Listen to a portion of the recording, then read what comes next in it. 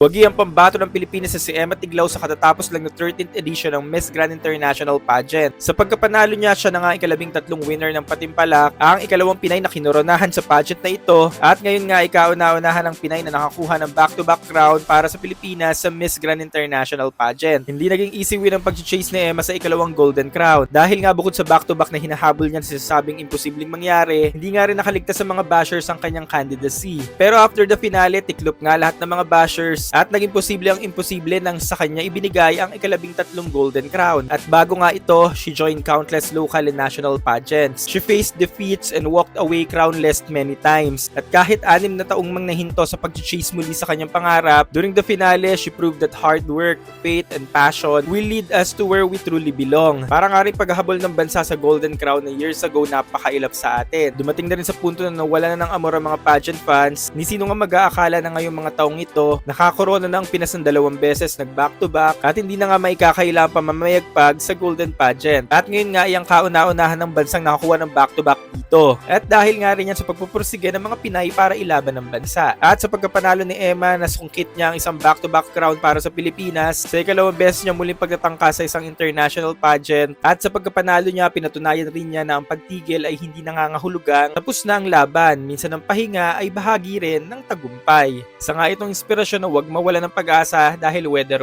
lang yan. Congratulations to our new Miss Grand International 2025, Emma Mary Tiglao.